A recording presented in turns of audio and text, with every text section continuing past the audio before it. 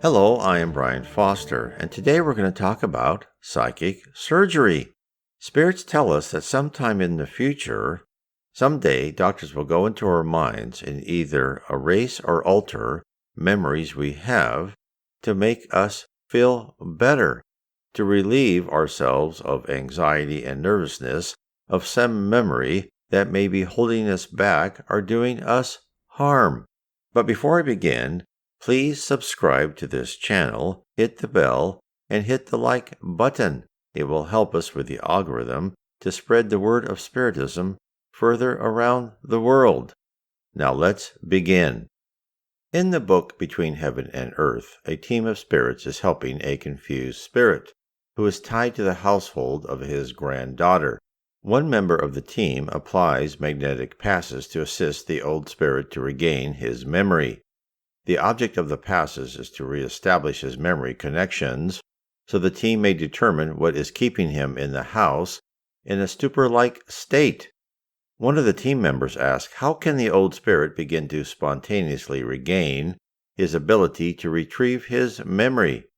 The team leader answers, yes, of course. The memory may be compared to a sensitive plate, which, when struck by light, stores forever the images collected by the spirit during the course of its innumerable learning experiences. Each one of our soul's particular lifetimes is an added experience that is preserved in the prodigious archive of images, which, even though superimposed on one another, never become jumbled up. During endeavors of assistance like this one, we need to search the mental archives in order to produce certain types of vibrations, not only to attract the presence of spirits that are connected to this suffering brother, but also to unveil the hidden fibers of his mind that keep him bound to his afflictions and unseen wounds.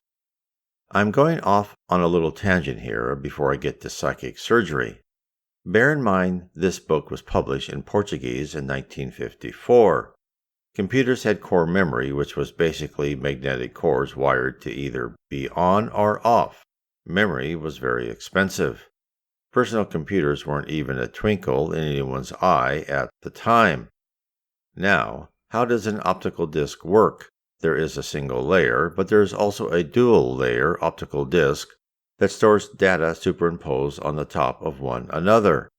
Dual layer discs have two reflective layers sandwiched between the label side and the plastic side instead of one. The first of these layers is semi-transparent, so the laser can change its focal length and read through it to the next layer. When the concept of light storing information to a plate is described in the book, that is exactly how data is written to an optical disc. Now, back to the psychic surgery, the team leader further explains.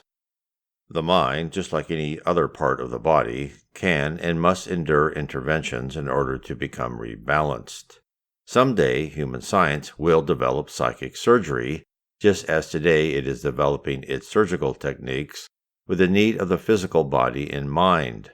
In the grand future, doctors will unravel a mental labyrinth with the same ease which they can now remove an inflamed appendix. Therefore, hopefully one day, relief may be coming to mentally disturbed individuals, although I also hope this is never used for nefarious purposes. Spiritism promises a better life, a life in the pursuit of spirituality instead of material goods, a balance of living here on earth within the constraints and being free to think above the fray. If you are interested in learning more about Spiritism, please read my book, Spiritism, Everything is Connected. Spiritism ties everything together. It reveals our purpose, our beginnings, our end goal, and the scope of the organization behind it all. Spiritism tells us there are no miracles, only phenomena that we don't yet understand. That miraculous healing, vision of spirits, near-death experiences, and glimpses of the future are all entirely possible given our place in the spirit realm.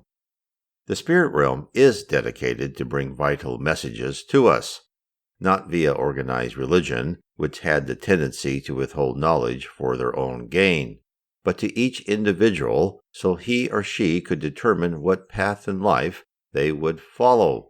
We must each determine for ourselves whether we continue on to be mere consumers or to learn to balance our spiritual and material needs, so someday we may ascend up and out of the sphere of continual incarnations in a harsh learning environment to become a pure spirit and a contributor to the spirit universe.